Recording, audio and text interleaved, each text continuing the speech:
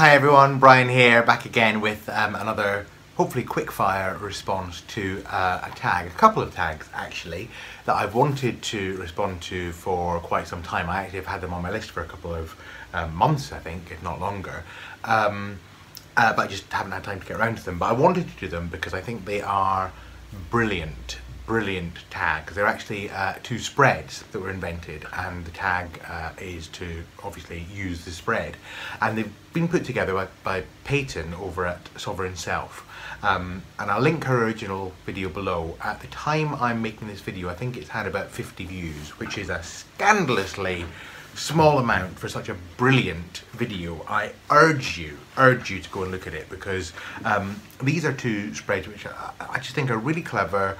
They are deep, they're profound, they're compassionate, and Peyton will explain them far better than I can, but I'll have a go doing it here. Peyton is a trained nurse, and she says that the spreads were developed because she noticed a couple of things. One was, well, two things that are kind of connected. One is that when somebody dies, when they're on their deathbed, there are certain people who gather around them and fulfill particular roles as they're transitioning out of life. And the same is true when somebody is being born. So when a baby is coming into the world, there are certain people in the delivery room who are fulfilling particular functions as that being comes into life. And so she's designed the spreads around those people and those positions, both in terms of leaving life and coming into life. And of course it works for people and living beings, but it also works for things and for ideas and for initiatives and projects and so on. There is a process of death, there is a process of birth, and so what she's done is she's taken each of those places, those people that are involved in the process, and turned them into card placings. It is a genius idea. And the two spreads, well, they're called spread 13 for the transitioning into death spread, and the Agpar spread for transitioning into life. And the reason for that is that Agpar is the name of a score that's given to babies when they're born, that is a kind of a summary of their state of health, I believe. I'm not a nurse, so I don't really know these things, but Peyton explains it very well in her video, so do take a look at that. So let me show you the spreads. Well, let's just start with one first. So again, we'll do you get to get a close-up of my hand every time I do this. So here is the spread 13. So this is for things that are transitioning out of life. So you have the patient, you have the caregiver, you have the denier, the neighbour, and the chaplain. And Peyton explains this as follows. So the patient is obviously the person who's transitioning. So the question here for that card is, what is in the process of dying or transitioning? So you know, or if you don't want to answer the question directly, it can be, you know, what do you need to know about that process of dying and transitioning? Number two, there's always somebody there who is the primary caregiver, who's perhaps been on this journey for quite a long time, and is there at the end, giving attention, giving care, giving nourishment. So the question there is, what needs attention and care and nourishment, or, you know, what energies are surrounding those principles.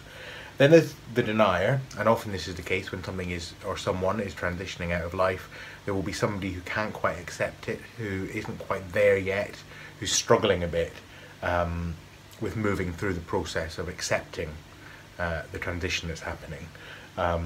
So the question there is, what is preventing you from moving forward? Then number four, the neighbour.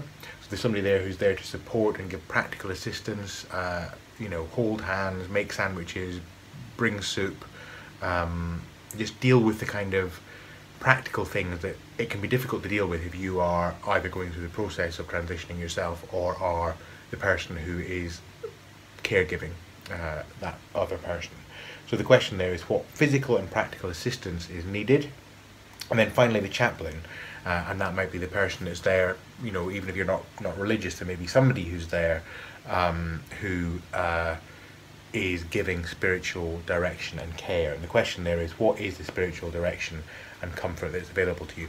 And actually I had a very interesting experience just over a year ago when my aunt passed, and I was with her, and my family were with her, my parents and I were with her, and literally at the, well, you know, about a minute before she passed, her cousin arrived.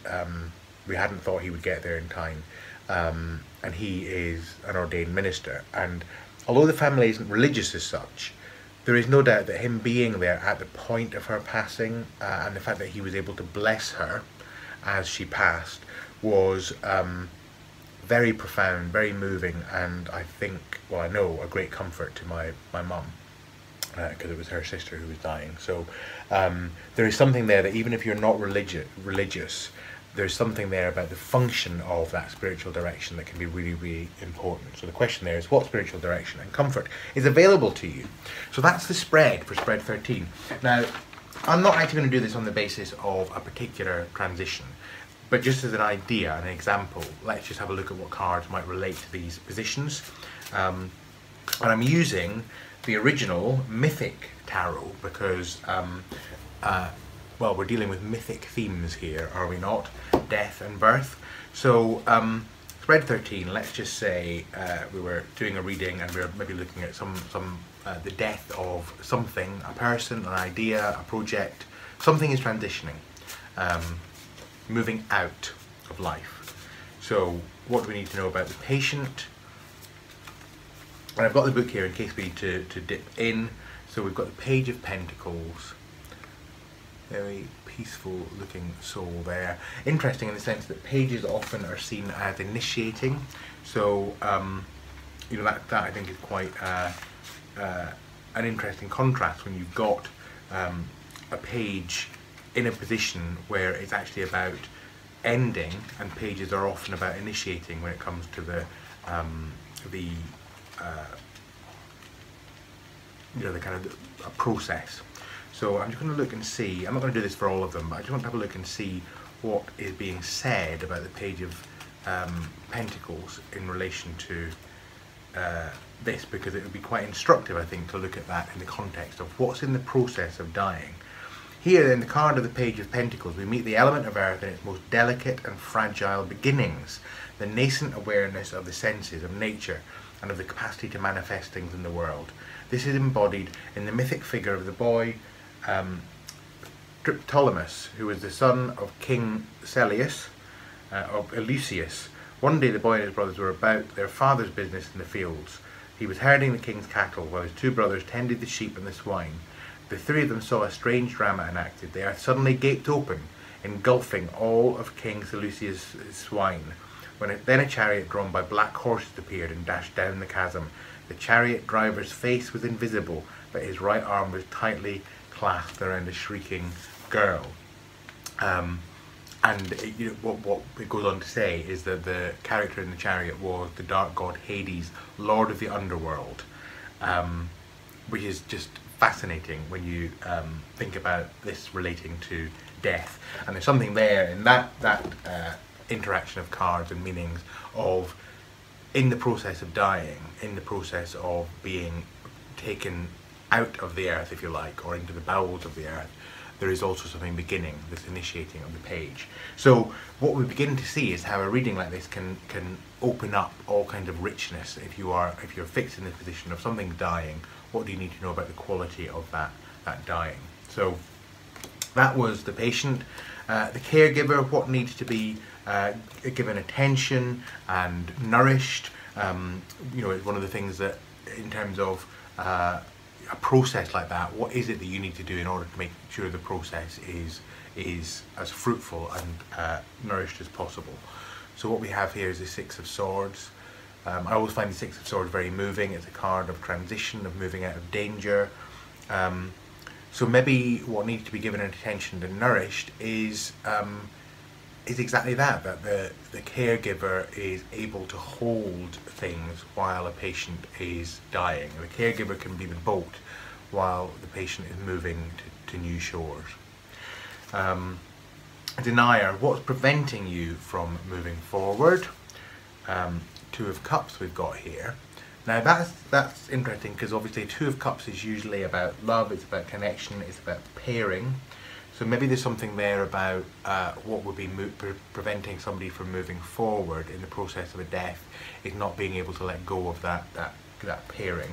But let's see what the Mythic Tarot says about the Two of Cups. One of the nice things about this deck is that it does give you a good grounding in mythology, as well as anything else. So the twos in all four suits of the minor arcana represent the polarization of the initial raw energy of the aces. You will know this if you've been following tarot to the nines. Here, in the Two of Cups, that polarization implies the attraction of male and female. The raw feeling which erupted in the ace has now found an object, and Eros has found another with whom he can fuse. In Plato's ancient fable about the origins of mankind, the human soul was once perfectly spherical and contained both male and female. But this androgynous soul divided, and thus the human race, comprised of men and women, is blindly driven to seek its missing half. To the Greek mind, erotic attraction represented something both sensual and spiritual, etc., etc. So there's something there about maybe losing a part of yourself. What stops you from moving forward is seeing the thing that is transitioning as being very much a part of you and believing that that is going. Neighbour, what physical and practical assistance is needed? So we've got the sun.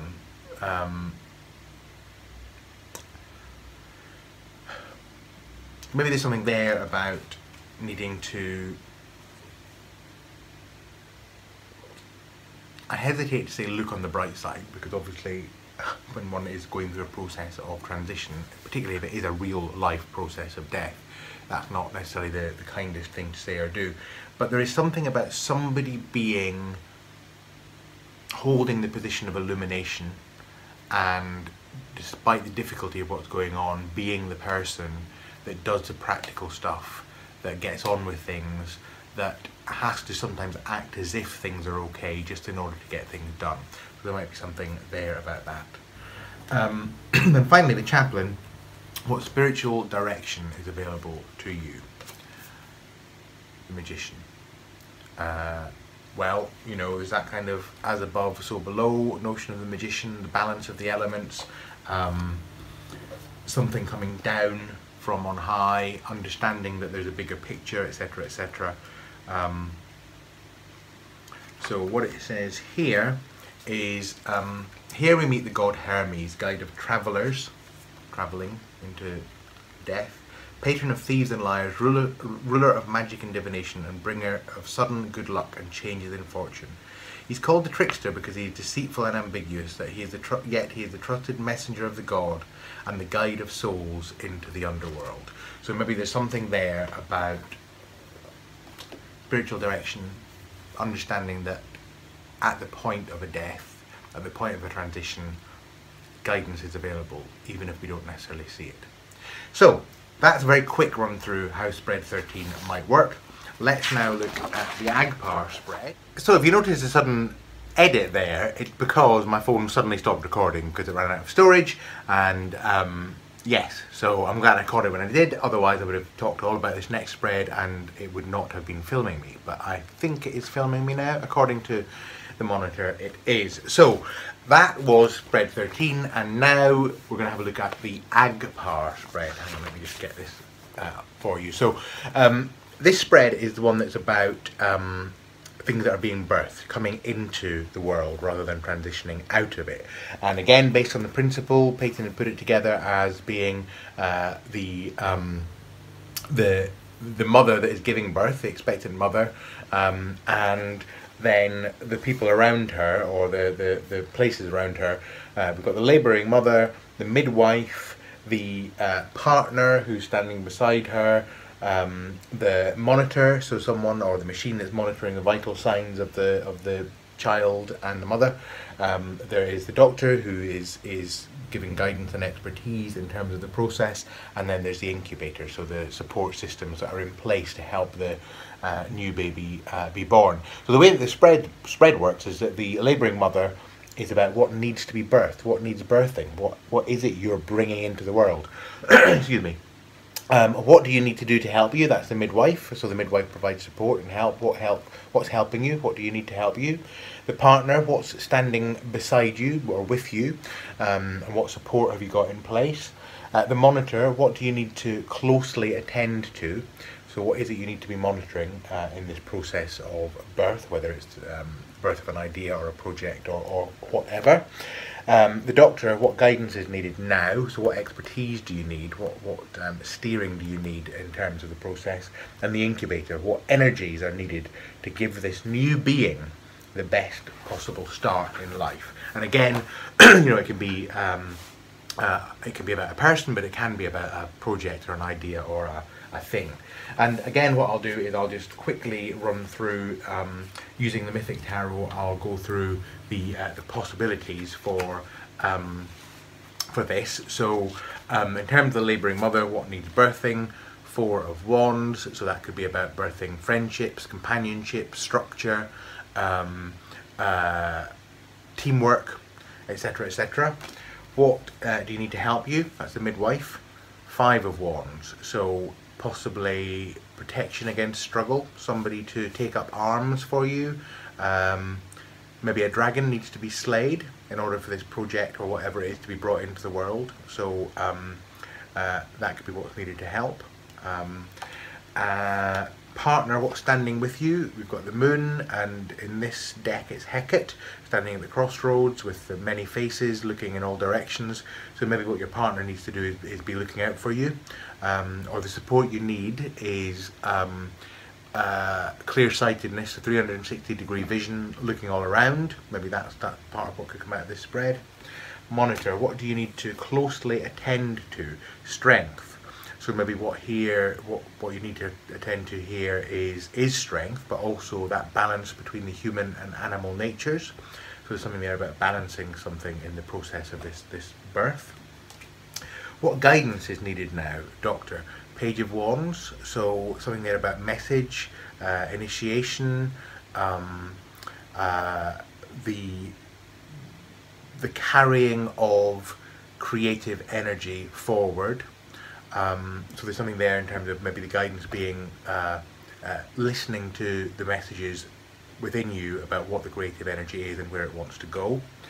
And incubator, what energies are needed to give this new being the best start in life. And again, what this can be about is what are the structures and what are the elements that need to be in place to give this new being, this new project, or this new person structure and the best start. And we've got here Six of Pentacles. So there's perhaps something there about foundational material security, the giving of security, offering something, making sure that the material aspect of the project is in place and that there's the ability to resource it properly. So that's just an example of how that spread could work. So that wasn't about any particular thing that I'm working on at the moment, but just some random cards and how they could be interpreted in these positions. So there we have it. Those are the two spreads from Peyton over at Sovereign Self, the spread 13 and the Agpar spread. Both brilliant, deep, rich, compassionate spreads. So I strongly encourage you to have a look at her videos, subscribe to her channel, and I'll be back soon with another, who knows, VR response, tag, maybe even another tarot to the nines. That's coming. That is coming. See you all soon. Take care. Bye.